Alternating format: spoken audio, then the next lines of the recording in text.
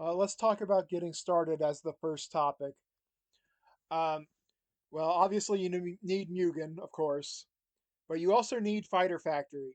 While it's true that you can double click the dev files to get in there and mess with some of the code, if you want to do anything with sprites, you're going to need a copy of Fighter Factory. Um, I don't know which Fighter Factory I should tell you to get because I'm using a buggy version of Fighter Factory myself because it's the only one that would work on like Windows 11, even though I had a better version of Fighter Factory in the past. So find a version of Fighter Factory that works for you. And I'd probably stay away from Cybaster's automatic stage creation tool as well. Like that's probably going to get me into trouble saying that, but I think it's a giant red flag whenever I see that somebody's used that tool for their stage.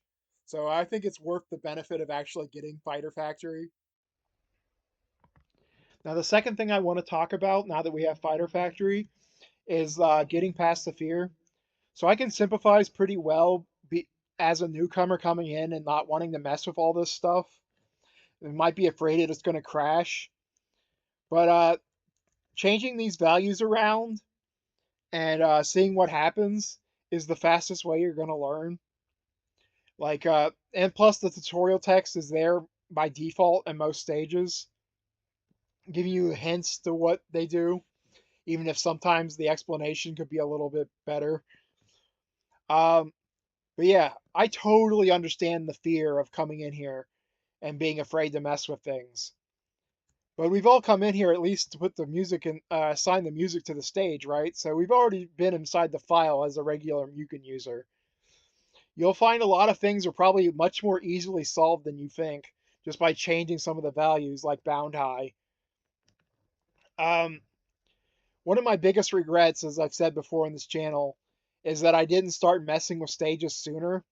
I could have saved so many stages that I just threw in the trash can for having errors if I would have just got past the fear of going in here and just messing with the coding sooner. Okay, the third topic I wanted to discuss here is coder elitism. Now, this is Mugen Fighters Guild, probably the most trafficked Mugen site out there. This is where people normally would come to help in like development help section of the site. However, it's been my experience that a lot of these coders can be like up their own ass and have been like it's kind of a hostile environment. I mean, it's the internet, right? The internet's hostile to everybody. But what I'm really getting at is try not to let this coder elitism get you down. There are people here that will help you.